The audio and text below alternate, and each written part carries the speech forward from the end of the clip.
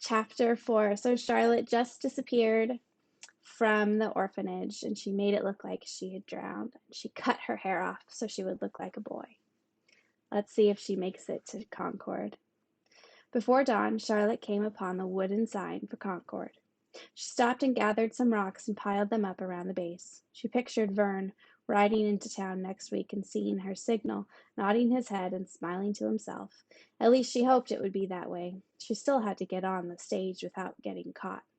Charlotte sat on the bench in front of the livery office. That's like the place where you can keep your horse or get saddles and brushes and that kind of stuff.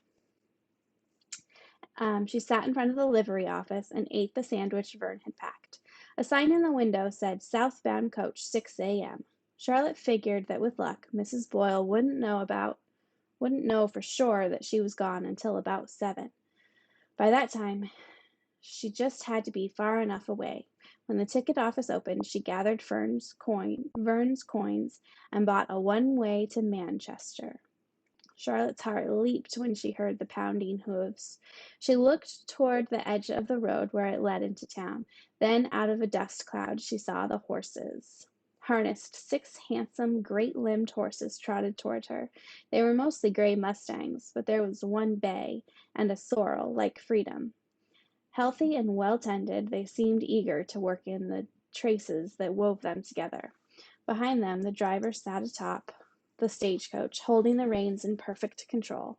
Charlotte had heard about 6 and 8 horses being hitched at one time, but she'd never seen it. What would it feel like to have that many horses step to your call? The driver yelled, "Whoa!" and the horses slowed.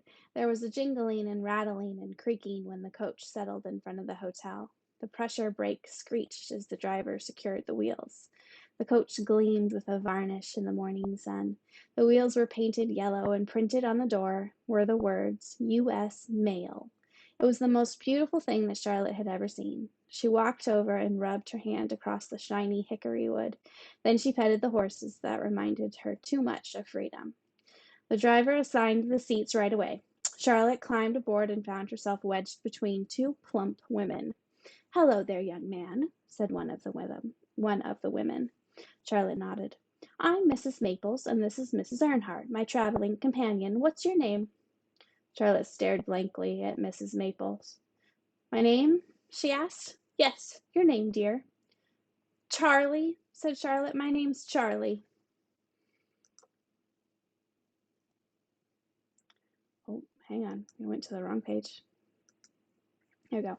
"Well, Charlie, it's nice to meet you. We're traveling to the end of the line, so I guess we're in for the long ride together." "Yes, ma'am," said Charlotte, and pulled the cap tighter over her head. The stage began rolling and rocking over the countryside. Charlotte watched farms and lush woods moving across the coach window. She wished she could sit up top with the driver so she could see more, watch him drive the team, ask him about the horses' names. She felt excited, as if something new and good was about to happen. What was Hayward doing today? Waking up in his new home? She would have a home some day, but not if she stayed in the orphanage. Millshark and Mrs. Boyle would have seen to that. Now she felt certain that anything was possible. Vern used to say that plants can't breathe and grow in a box that's too tight. Now she knew what he meant. Soon Charlotte fell sound asleep against Mrs. Maple. She woke up now and then, but with the 2 ladies droning on with their gossip and the rocking of the stagecoach, she quickly slipped back into her slumber, happy to be traveling farther and farther away from the orphanage. So it sounds like she made it. She made it out of the orphanage and away from there. I wonder what she's going to do next. It was hours later when the stage pulled into the end of the line in Worcester, Massachusetts. Why hadn't someone woken Charlotte up and made her get off sooner? She didn't recognize the driver. Drivers must have changed at one of the stops. Maybe he thought she was with the 2 women. She had fallen asleep against one of them. After the new driver helped the passengers out of the cramped coach, Charlotte stretched and stood in the street, looking up one side and down the other. Guests headed towards the hotel with their satchels and luggage. A burst of laughter erupted from the pub. People came and went from the shops on the street, some in fancier clothes than Charlotte had ever seen. The other excuse me. The other passengers drifted away to their destinations, and Charlotte soon found herself alone on the side of the road. What should she do with herself? She'd run away, but she had nowhere to go, really. She didn't know a soul. She had no money, except for a few remaining coins. She hadn't thought this far. It was getting dark, and suddenly she felt frightened and lonely. Charlotte went over and stroked the horses. At least they felt familiar. The driver came around and started leading the team toward the livery. Want some help? Asked Charlotte. The driver began unhitching the team. No, thanky. I take care of my horses myself, but you're welcome to watch me put 'em to bed. The driver chuckled. Boys and horses. Can't seem to get 'em apart. Is she a boy? Charlotte followed him to the stable and watched him take the harness off the horses, rub the horses down, and put them in their stalls. I can start some water for you, said Charlotte. Good boy, do it then. Charlotte hauled buckets of water to the stalls, talking to the horses as she went. Then she helped the driver fork in the straw. You're right handy with them chores, he said. Yes, sir, said Charlotte. You live around here? No, sir. Well, I just moved to these parts. Well, get along now. I'll be closing the barn. Charlotte backed away and moved toward the main door, stopping and petting each horse as she went. It was safe here. She looked around and noticed the loft above her. When the driver disappeared into the tack room to hang up some bridles, Charlotte took a chance. As fast as she could, she climbed up the ladder and flung herself into the loft.